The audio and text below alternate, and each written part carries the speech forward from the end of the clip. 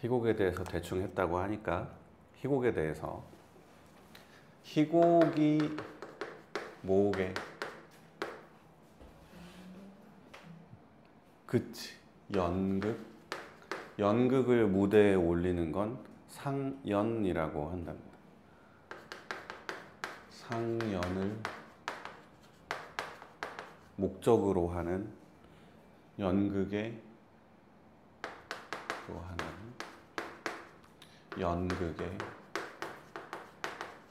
대본을 희곡이라고 하고, 희곡은 극갈래란다. 네 갈래 알고 있니? 문학의 네 갈래?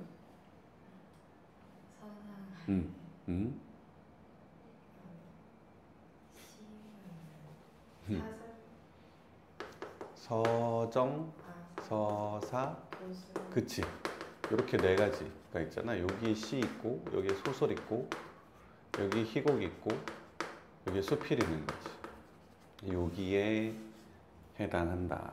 희곡은 무대 상연을 전제로 하기 때문에 희곡 자체로는 하나의 완성품이라고 볼 수 없고, 그 연극에서 무대에 올라가서 소품들과 함께, 무대 장치와 함께 배우가 연기를 했을 때, 그때 비로소 이제 완성되는 작품인 거지. 근데 왜 그 반쪽짜리를 우리가 배우냐면 글자로 놓고 봐도 완결성이 있기 때문에 그렇대.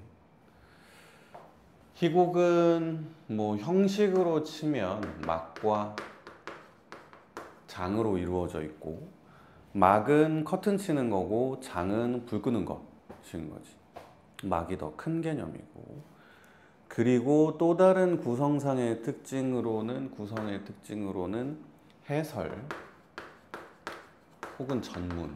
이 희곡은 독자들을 위한 글이 아니고 이 연극을 만드는 사람을 위한 글이야. 독자들은 희곡에서 고려의 대상이 아니고, 그 독자가 이 희곡을 보려면 관객이 돼야지. 그래서 희곡은 철저하게 만드는 사람들을 위한 글이기 때문에 배우는 어떻게 연기를 해야 되고, 연출은 어떻게 그 연기 지도를 해야 되고, 무대팀은 어떻게 무대를 꾸며야 되고, 이런 것들을 알려주는 글인 거야. 그래서 우리 모두 바쁘잖아. 그 연극을 만드는 사람들도 굉장히 바쁘겠지. 그러니까 전문을 다 먼저 읽기 전에 이 이야기가 어떤 이야기인지 대충 알아봐라. 그리고 선택을 하든지 뭐 해라. 라고 하는 게 이 해설이에요. 그래서 해설에서는 가장 처음에 나오는데, 이 작품의 첫머리에 나와서 이 배경, 그러니까 공간 배경, 시대 배경, 무대 장치, 어떤 식으로 무대를 꾸며야 하는지, 그 다음에 등장 인물에 대한 간략한 소개, 그러니까 성별, 나이, 직업, 성격, 이런 것들을 알려주는 게 해설이란다. 그 다음부터는 우리가 아는 것들이 나오는 거지. 지시문 혹은 지문이라고 부르는 거 나오는데, 이게 두 개야. 무대 지시문은 무대에 대한 것들, 뭐 효과음이라거나, 집을 만든다면 뭐 집이 이렇게 있다거나 조명이 이렇게 나온다, 뭐 이런 것들을 표시해주는 무대 지시문과 배우를 위한 행동 지시문, 이렇게 두 개로 나뉜다. 여기선 저기까지 걸어가야 돼요, 뭐 큰 목소리를 내줘야 돼요, 이런 것들이 나오는 거지. 그리고 마지막으로 대사가 있는데, 대사는 크게 세 개가 있고, 첫 번째 그냥 대화가 있지. 그리고 독백은 관객도 등장인물도 모두 들을 수 있는 거야. 혼잣말이지만 누구나 들을 수 있다. 그러니까 사건의 진행이 멈추지 않는 거지. 그래서 누군가 주인공이 혼잣말을 막 하고 있는데 문 뒤에서 나쁜 놈이 그 이야기를 듣고 그랬단 말이야, 뭐 이런 것들은 모두 독백인 거지. 그리고 방백이 있다.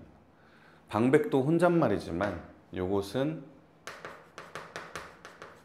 관객만 들을 수 있는 혼잣말이라서 인물의 내면의 심리라거나 왜 그런 행동을 했는지에 대한 동기라거나 이런 것들을 설명해 주는 거야. 그래서 사건의 진행이 멈추는 거지.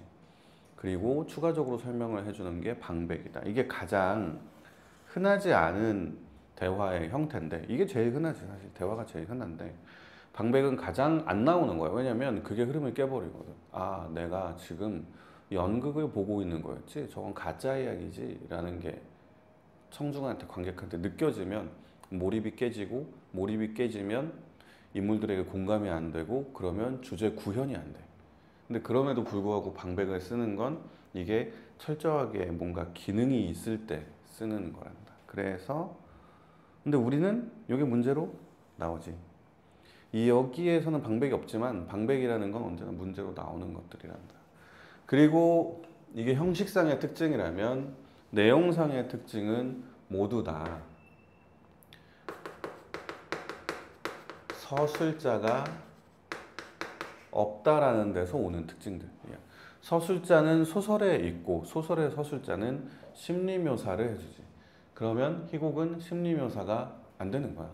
심리는 모두 행동과 대사로 표현을 해줘야 하는 거지.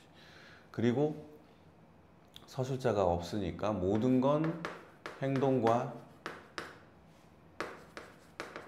대사로만 표현을 해준다. 서술자가 있을 때 좋은 점은 이 사람이 왜 그런 욕망을 갖게 되고 이 욕망을 표현하기 위해 이 욕망을 달성하기 위해 어떤 행동들을 왜 하는지를 다 알려주거든. 그러니까 이건 무슨 얘기냐면 소설에서 갈등이 생길 때 그 갈등을 조금 더 알기 쉽게 해주는 거야. 그러면 갈등에 좀 더 참여하게 되는 거지 우리가 독자가. 근데 서술자가 없는 희곡에서는 그러지 못해. 물론 좋은 점도 있지. 서술자가 있는 소설의 경우에 심리묘사만 막 몇 페이지 되는 그런 소설은 읽기 힘들잖아. 근데 연극은 그렇진 않은 거지. 심리묘사만, 내 심리만 독백과 방백으로 계속 얘기를 할 수는 없으니까. 그래서 이 사람들은 서술자가 없기 때문에 심리묘사가 안 되기 때문에 심리묘사를 포기하고 대신 싸워야 되는 거야. 계속 싸워야 한단다. 그래서 갈등의 문학이라고 부른다. 늘 부딪혀야 돼. 그리고 서술자가 없기 때문에 행동과 대사로만 이어지기 때문에 현재형 혹은 현재 진행형으로 서술을 하지. 그래서 지문이 모두 현재 시제로 쓰인단다. 서술자가 없기 때문에 갈등을 하는데 이 갈등은 주로 한 인물과 사회의 갈등이라거나 한 인물과 운명의 갈등이라거나 이런 좀 큰 갈등을 다루는 게 이 연극의 또 특징이란다. 이 국어대가리에서는 인물과 뭐의 갈등이게? 그치, 사회의 갈등이지. 이런 게 간략하게 알 수 있는 희곡의 특징이다. 그리고 희곡은 연극 자체가 올리는데 돈이 많이 들고 무대는 좁기 때문에 그 돈을 좀 많이 벌 수 있는 전략을 택하거나 돈을 줄일 수 있는 전략을 택해야 돼. 돈을 줄일 수 있는 전략이 캐스팅을 조금 하면 되는 거지. 그래서 등장인물의 제약이 있고 그리고 시간의 제약도 있어. 플레이 타임의 제약이 있는 거지. 하루에 여러 번 그 연극을 올리면 돈을 그만큼 더 많이 벌 수 있기 때문에 그런 거고 그리고 돈을 많이 벌어야 하기 때문에 또 갈등의 문학이 되는 거야. 그렇다. 그리고 무대 장치를 막 바꾸기 힘들기 때문에 공간의 이동이 너무 심해도 불리하단다. 그래서 그런 시간적, 공간적 제약, 등장인물의 제약, 그리고 직접 묘사의 제약 이런 것들이 있는 거지. 그렇다. 그러면 국어대가리로 이제 가보면 국어대가리에 어디를 먼저 보는 게 좋냐면 쭉 넘어가서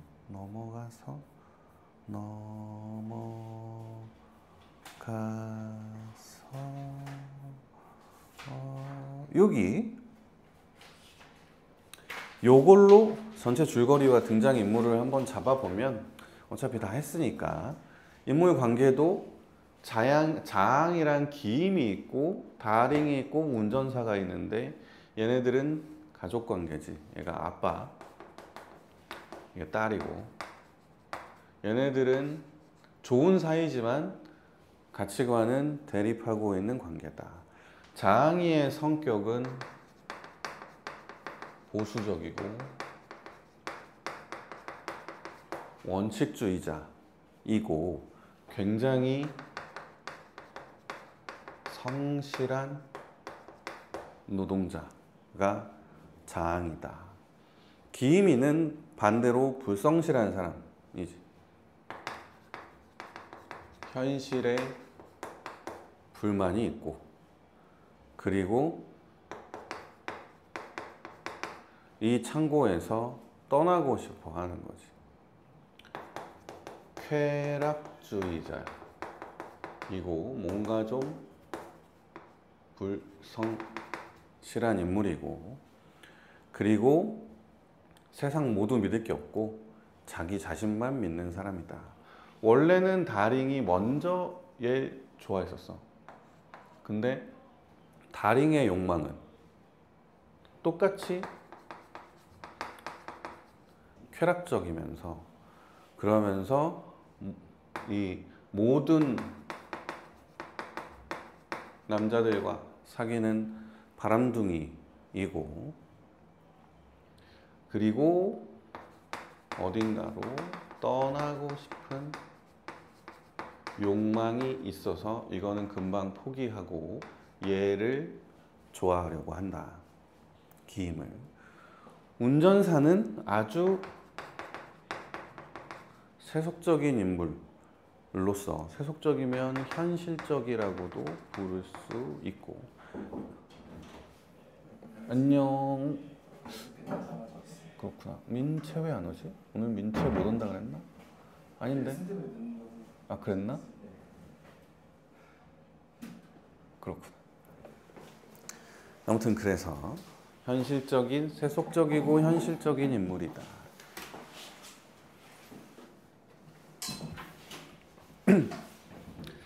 그래서 이들의 갈등을 그리는 게 이 북어 대가리이고 작품 줄거리는 창고지기인 자항과 기임이 한 창고에서 함께 지내는데 기임은 창고를 나가고 싶어 상자 하나를 고의로 갖고 트럭에 실어보낸 후 이를 자항에게 얘기하고 자항은 어떻게 수습할지 고민하다가 편지를 쓰는데 기임은 편지를 그 다음에는 기임이 편지를 쓰는 걸 도와주다가 그리고 창고를 떠난다고 하고 트럭 운전수는 기임과 함께 떠날 걸 잡고 종용하고 그리고 자항이는 남는다. 뭐 이런 내용이지.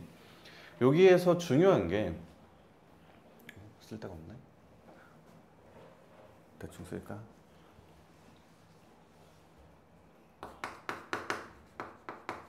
현대인의 소외 현상, 즉 요 북어 대가리의 주제이기도 하지. 현대인의 소외 현상.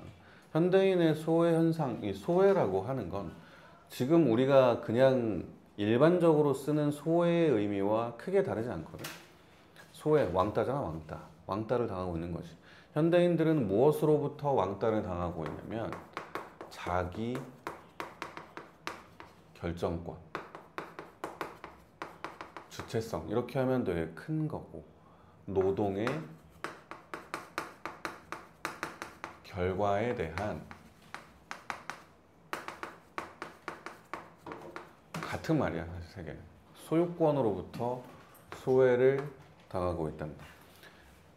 네, 이 이야기 했나? 소외에 대한 얘기 했니? 전에? 최근에 어딘가에서 했는데 그러니까 어떤 거냐면 예전에는 말이지 예전에 조선시대 때 조선시대 배웠니?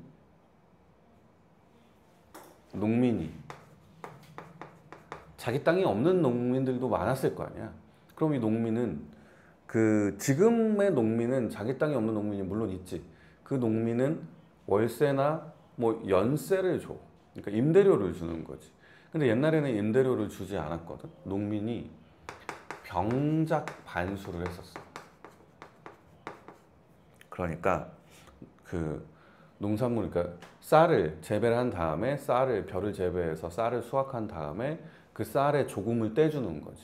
그 일제시대 때쯤이면 5대5였고 옛날에는 조선시대 때는 7대3 정도 됐었대. 그러니까 농민이 더 많이 갖는 거지. 근데 병작 반수를 하면 사실 돈은 더 많이 뜯기는 거지만 임대료를 내는 것보다. 근데 농민이 수확한 그 쌀, 땅은 양반 거야. 수확한 그 쌀은 누구 거야?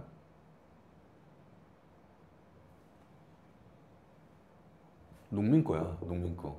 일단 내 거야. 그 다음에 떼주는 거야. 근데 요거를 만드는 노동자 있을 거 아니야. 이 노동자가 이거를 공장에서 열심히 만들어. 그래서 하루에 10개를 만들었어. 그럼 이건 누구 거야? 그치? 공장 사장 거지. 공장주 거잖아. 공장주 거. 그리고 또 하나는 그러니까 결과도 그렇고 과정도 그런데 누군가는 얘만 만들 거 아니야. 뚜껑만 만들겠지. 누군가는 몸통만 만들고 누군가는 이렇게 누르는 버튼만 만들 텐데 근데 이 뚜껑만 만드는 사람들은 이 요곳에 이 분필 홀더의 전체 모양을 알 수가 없는 거지. 본 적이 없어, 본 적이. 포장된 상태만 보는 거지. 이 버튼만 만드는 사람도 마찬가지로 내가 이걸 만드는데 이거 전체를 본 적이 없어. 그러니까 뭘 만드는지 모르는 거야. 과정에만 참여를 하고 있고 전체 과정을 보지 못하기 때문에 결과도 내게 아니기 때문에 그럼 어떤 현상이 벌어지냐면 이 일이 내가 하는 게 맞나? 이 일이 내 일인가? 라는 현상이 벌어지는 거지. 근데 하루의 대부분을 그 일을 하고 있는데 이런 현상이 벌어지면 이 두 개 때문인데 결과에 대한 과정에 대한 결정권이 없기 때문에 벌어지는 현상이거든. 그러면 정신병에 걸리게 된대. 현대인들의 정신질환의 근본적인 원인은 소외현상 때문에 그런 거지. 노동자만 그러나 너네들도 그래. 물론 너네들은 약간 다를 수 있지만 보통 일반적인 학생의 경우 너네들 똑같은데 만 7세에 그 나라에서 공문이 내려오거든. 너희들은 받은 적이 없을 거야. 공문이 내려와서 학교 보내 라는 그 공문이 이제 내려와. 부모한테. 너네들의 교육권은 부모한테 있으니까. 그러면 부모가 너네한테 물어봤니? 너 초등학교 갈 거야? 하고 안 물어봤잖아. 근데 그냥 갔잖아. 그냥 가서 9시쯤부터 가서 지금 한 4시쯤까지 고등학교 갈래? 또 아마 안 물어봤을걸? 뭐 국악고 갈래? 이런 건 물어봤을 수 있지만 근데 이미 악기 하나 하고 있는데 국악고 갈래 말래 하는 건 또 의미가 없잖아. 악기도 아마 너네들이 100% 선택하지는 않았을 거야. 그러니까 예체능을 하겠다는 것도. 하지만 너네들의 삶이 이제 그 대부분을 너네들이 선택하지 않은 것을 하고 있는 거지. 그게 소외현상이에요. 여기 오는 것도 아마 선택 아니었을걸? 학교 가는 것과 마찬가지로 다 선택 아닌 거잖아. 이 소외현상이 벌어지면 어떻게 되느냐? 너네들이 정신질환에 걸릴 가능성이 큰 거지. 모든 게 소외현상으로 설명이 된단다. 그리고 이 소외현상은 자본주의 사회의 소외현상이기 때문에 자본주의 사회에서 좀 더 효율을 추구하다 보니까 나오는 현상이거든. 그러니까 세상이 바뀌지 않으면 이 현상은 바뀌지 않아.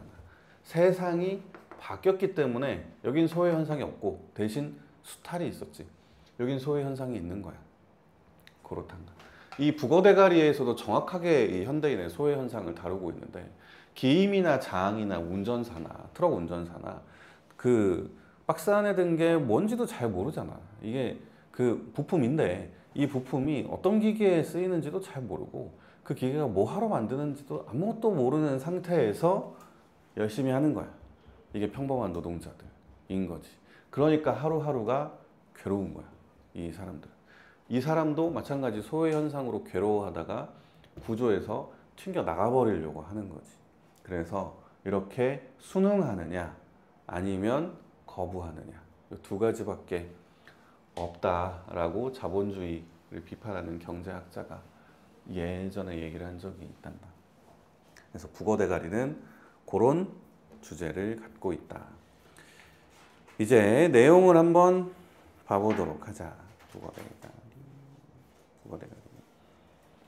다시 앞부분 줄거리부터 보면 자항과 기임은 트럭에 상자를 싣고 내리는 일을 하는 창고직이다. 그러니까 창고직이는 창고직이지만 노동자인 거지. 자항은 매사에 꼼꼼하게 일을 하지만 기임은 대충대충 일을 하고 열의를 보이지 않는다. 대조적 성격 혹은 가치관이라고 할 수 있고, 기임은 저녁이면 트럭 운전사의 딸 다링을 만난다. 창고를 나가고 싶은 기임은 이게 기임의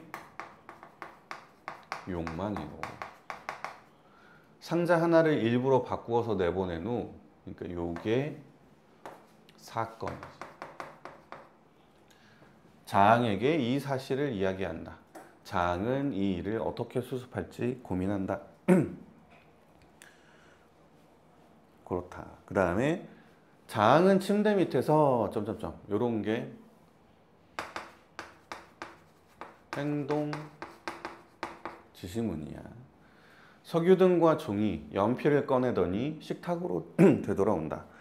그리고 불빛이 약한 석유등을 켠 다음 식탁 의자에 앉아 편지를 쓴다. 기임은 침대에 누운 채 그 광경을 얼마 동안 지켜본다. 지금 어떻게 수습할지 고민했으니까 편지가 수습하는 방법인 거지. 자항이 생각한 수습하는 방법이다. 침대에 누워있다라는 건 방관하고 있는 거야. 자기가 낸 문제를. 뭘 하는 거야? 석유등을 켜고 편지 써. 침대에 상반신을 일으키며. 이것도 행동지시문이지. 그래서 행동지시문은 이렇게 두 가지 방식으로 나타날 수 있다. 무슨 편지? 내일 새벽에 트럭이 오면 운전사를 통해 편지를 보내려고. 누구한테 보내는 건데? 상자 주인. 이 상자가 기임이 바꾼 상자 얘기하는 거고, 침대에서 내려와 자항의 맞은편 의자에 앉는다. 상자 주인이 너의 편지를 받아볼 수 있을까? 받아볼 수 있게 해달라고 기도해야지. 이게 받아볼 수 있게 해달라고 기도해야지. 요게 자항의 의지를 보여주는 그런 부분이다. 꼭 뜻을 전달하고 싶다. 상자가 바뀌었다라는 뜻을 꼭 전달하고 싶은 의지. 기도, 내 잘못을 용서해달라고. 사실 내 잘못 아니고 기임의 잘못인데, 기임의 잘못을 자신이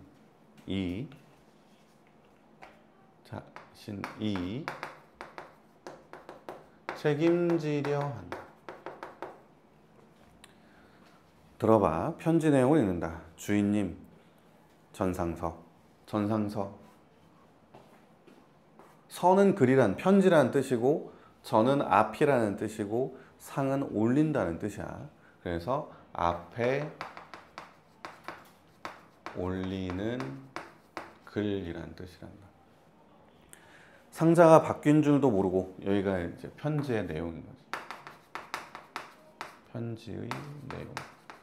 상자가 바뀐 줄도 모르고 트럭에 실어보낸 저의 태만과 그것으로 생길 모든 결과에 대하여 창고직인 저에게 그 책임이 있음을 고백하오니. 이게 편지의 내용인데, 이 편지 첫 번째는 극존칭을 쓰고 있는 거지. 이게 주인과 노동자의 관계를 보여주는, 사실 노예가 아닌데, 노비도 아닌데. 두 번째는 자항의 성격을 보여주는 대사다. 책임감을 보여주는 대사다. 하지만 너무 장황하지, 이 편지는. 그렇다. 그래서 편지는 쉽게 쓰는 거야. 편지를 쓰며 계속해서 편지의 내용이다. 저의 잘못을 침묵 속에 덮어두지 마시옵고. 거의 기도문을 쓰고 있지. 저의 잘못을 침묵 속에 덮어두지 마시옵고 차라리 드러내어 심히 꾸짖으소서. 그것만이 이 깊은 불안에서 저를 벗어나게 할 것이옵니다. 이 깊은 불안이 지금 장의 현재 심정이고, 이 말의 의미는 침묵 속에 두지 마시옵고 라고 하면 침묵이 불안의 이유라는 거야. 이 장이가 왜 혼이 날 게 결정돼 있어. 이미 나는 혼났어. 미래는 이미 확정되어 있어. 그런데 아무도 나를, 그 부모도 선생님도 나를 혼내지 않아. 그러면 불안하잖아. 그런 의미인 거지. 그래서 이것은 말하지 않고 그냥 넘어가는 것보다, 용서하기보다 말로, 즉 드러내고 질책하는 것이 마음이 편하다라는 그런 뜻인 거지.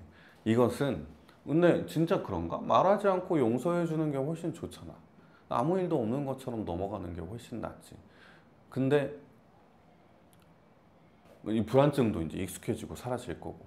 근데 그러지 말고 저를 꾸짖어 주옵소서라고 하는 건 이 사람이 노예근성이 있는 거야.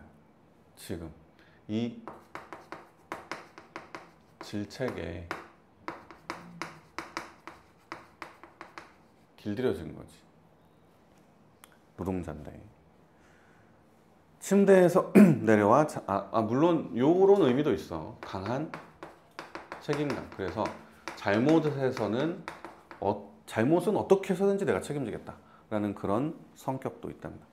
강한 책임감 혹은 결벽증도 있는 거지. 사소한 잘못도 넘어가지 않겠다 라고 하는. 침대에서 내려와 자항에게 다가온다. 나도 상자 주인에게 편지를 보내야겠다. 부를 테니 받아 써줄래?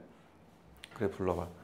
사실은 상자를 바꾼 건 제 친구가 아니라 저올시다. 이게 또 편지의 내용이지.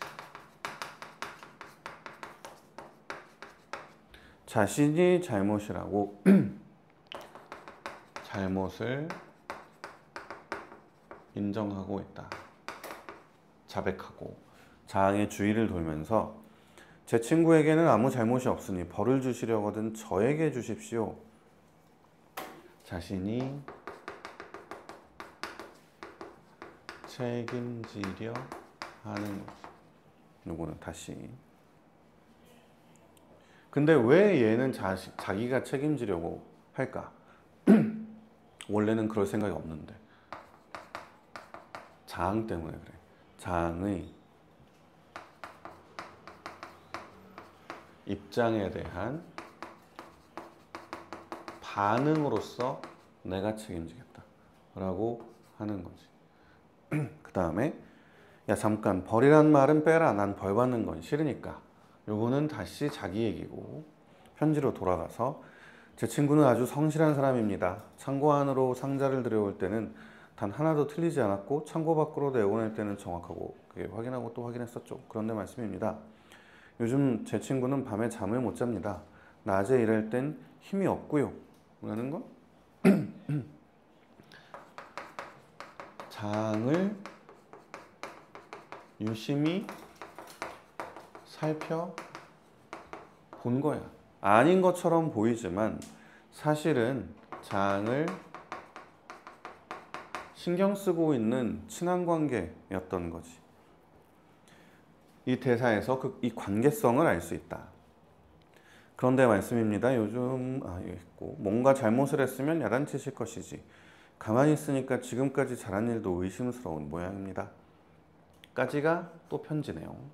잠깐, 너 야단치란 그것도 빼. 이건 또 자항에게 하는 얘기지. 다시 한번 말씀드립니다만 제 친구는 아무 잘못이 없습니다. 오히려 그는 큰 상을 받아야 합니다. 이것은 잘못이 없다 라고 하고 잘못이 아니다 하고 그는 상을 받아야 한다 하고 차라리 상을 줘라 칭찬하고 있다. 저는 제 친구가 다시 신이 나서 행복하게 일하기를 바랍니다. 안녕히 계십시오. 여기까지가 편지 내용인 거지. 두 가지의 편지 내용. 여기서는 이제 말하지 않고 용서하지 말고 질책해 주십시오 라고 했다면, 여기서는 어떤 잘못을 어떤 편지 내용, 어떻게 편지를 쓰고 있냐면, 이 편지 내용은 첫 번째는 기임, 자신의 잘못임을 자백하고 있다. 두 번째, 이 큰 상을 받아야 한다 하고 벌 받는 건 빼라 라고 얘기를 하고 있지. 그래서 벌 받기는 싫다 라고 얘기를 하고 있다. 받아쓰질 않았잖아. 근데 받아쓰지 않았다. 자항이는 내가 날 그렇게 생각해 주다니 난 정말 감동했어. 뭘 그까짓 걸 가지고 감동해. 편지는 알아듣기 쉽게 써야 하는 거야. 네 말이 맞아. 한마디도 받아쓰지 않고 뭘 맞다고 그래. 네 편지는 모두 내 마음속에 적었지. 그러면 이 편지는 보낼 생각이 없는 거지. 이거는 자항이 자신의 잘못임을 잘못이라고 편지를 보낼 것이다 라는 그런 뜻이지. 기임의 편지는 안 보낼 거다 하고, 미리 경고해 주는데 나한테 다정하게 굴지 마라. 난 분명히 네 곁을 떠날 사람이야. 창고를 떠날 결심을 이미 했다. 그래서 자항과 거리두기를 하고 있다. 가면 안 돼. 나와 함께 여기 있자고. 창고 밖으로 나가면 또 창고가 있고, 그 창고 밖으로 나가면 또 창고가 있을 뿐 달라질 건 아무것도 없어. 이게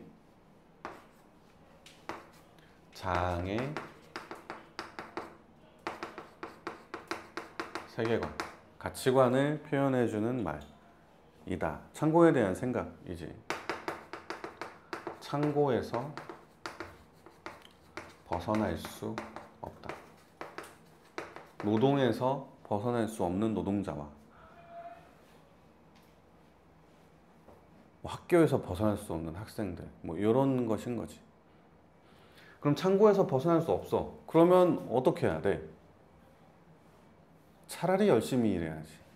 없기 때문에 성실하게 일해야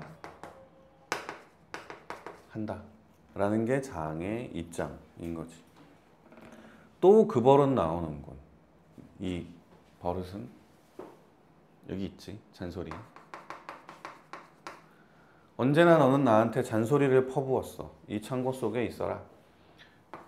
이 창고 속에서 제발 성실히 일하렴. 그게 행복하게 사는 거란다. 이건 이제 자항의 말을 기임이 대신해 주는 것이고, 이 자항의 말의 의미는 행복에 대한 자항의 가치관이 드러나 있다. 행복은 뭐냐면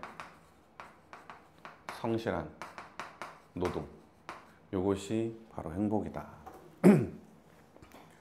하지만 그것에 대해서 이젠 지겨워. 너도 나와 함께 바깥 세상에 한번 나가봐. 창고 밖의 세상에는 우리가 할 수 있는 일들이 얼마든지 있을 거야. 그런데 왜 아까운 인생을 창고 속에서 썩히냐. 그러니까 바깥 세상은 첫 번째 창고와 대비되는 공간이고, 그리고 두 번째 기임의 입장에서 창고 세상은 창고 바깥 세상은 기임이 꿈꾸는 새로운 세상, 새로운 삶의 공간이다. 창고 밖 세상에는 우리가 할 수 있는 일들이 얼마든지 있을 거야.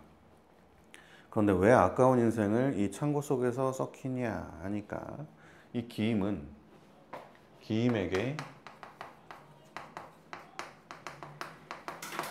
창고란 인생을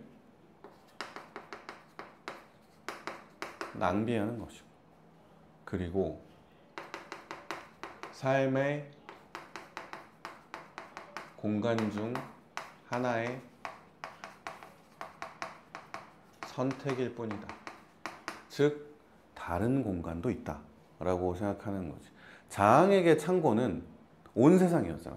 창고 밖에는 또 창고, 또 다른 창고, 또 다른 창고가 있을 뿐이다 라고 했지만 기임은 아니다, 창고가 아닌 세상도 있다 라고 하는 거지. 이 성격은 둘이 똑같지만 원래 1시간 반 정도 되는 극에서 인물의 성격이 변하진 않아. 변한 것처럼 보이는 건 자기 본질을 찾는 거지. 변하진 않는다. 그래서 자항은 늘 답답하고 성실한 성격이고, 기임은 늘 허황되고 약간 느슨한 성격인 거지. 그 성격에 따라서 첫 번째 편지에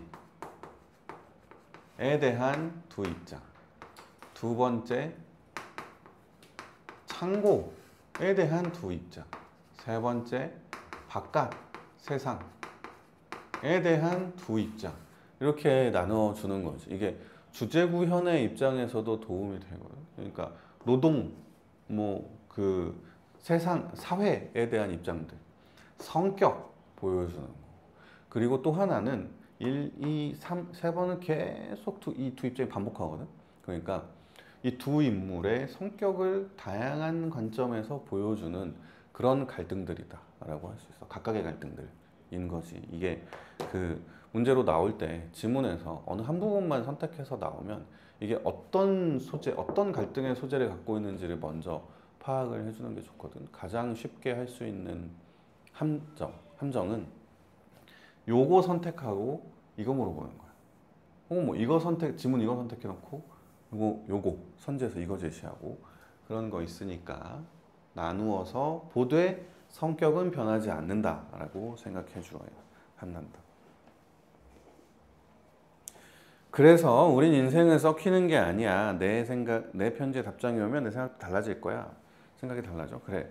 상자 주인이 답장을 받으면 넌 이 창고에서 성실하게 일하는 것이 얼마나 중요한지 알게 될 테고 우린 다시 행복하게 지낼 수 있겠지. 그러니까 이 창고에서 일하는 것이 얼마나 중요한지, 그리고 다시 행복하게 지낸다. 이게 첫 번째. 두 번째, 편지를 보내는 이유였다. 그래서 자기 불안감을 달래기 위해서는 표면적인 이유고, 원래 이유는 창고가 얼마나 중요한지, 성실하게 일하는 게 얼마나 중요한지, 그래서 어떻게 다시 행복해질 수 있는지, 이런 걸 알게 되려고, 다시 깨닫게 되려고 한 거지. 야, 이제는 알겠어. 내가 왜 편지를 쓰는지 알겠다고. 그러니까 너는 상자 때문에만 불안한 게 아니야. 사실은 내가 떠날 것 같기 때문에 더 불안한 거지. 그러니까 성실하게 일하고 행복하게 지내는 거, 이것은 자항의 관점이지 기임의 관점은, 생각은 아니거든. 그러니까 편지를 쓰는 이유는 이것 때문이다 라고 기임은 판단한 거야. 의도를 추측하는 거지. 추측이었다. 그리고 자신의 관점을 강요하는 것이다 라고도 볼 수 있겠지. 어쨌든 넌 가면 안 돼. 노름으로 잃은 돈이 얼마야? 이런 게 갑자기 툭 튀어나온 대사잖아. 이게 대사를 통한 인물의 정보 제시다. 소설 같은 경우면 이게 지문으로 나와서 기임은 그동안 노름을 통해서 돈을 많이 잃었다. 이렇게 나오겠지. 근데 그렇게 인물 정보를 서술자가 설명해 줄 수 없는 것. 그게 이 희곡의 특징이니까. 서술자 없음이라는 희곡의 특징을 보여주고 있다. 네가 잃은 모든 걸 내가 대신 채워줄 테니까 넌 제발 여기 있어. 정말로 보내기 싫은 거지. 어처구니 없다는 듯이 고개를 내저으며 그만하자 그만해. 너처럼 꽉 막힌 놈하고 말해봤자 잠도 못 자고 날만 새겠다. 침대로 돌아가 눕는다. 이거 갈등의 회피다. 이 동작의 의미. 난 잠이나 잘 테니까 넌 마음대로 해. 이 갈등이 회피되는 건 가치관의 대립으로 인해서 갈등이 회피도 고조야. 회피도 너랑 안 싸워 하고 돌아누워 버리잖아. 갈등 회피와 단절인 거지. 그래서 가치관의 대립으로 인하여 갈등이 고조되고 있는 부분이다. 기임 얼굴 위까지 담요를 덮는다. 이것도 마찬가지. 대화를 하지 않겠다는 의사를 표현하는 것이다. 자항은 홀로 식탁에 남아 깊은 생각에 잠긴 표정으로 석유등을 바라본다. 사이는 이거 배우들에게 보내는 사인인 거지. 요거는 그 상태 그대로 일정 시간 동안 유지해라 라는 그런 뜻이야. 연필에 힘을 주어 한 자씩 또박또박 쓰면서 낮은 목소리로 읽는다. 저희들은 이 작은 창고에서 다시 우와, 우리 쉴 때 됐나? 그래, 시작으로.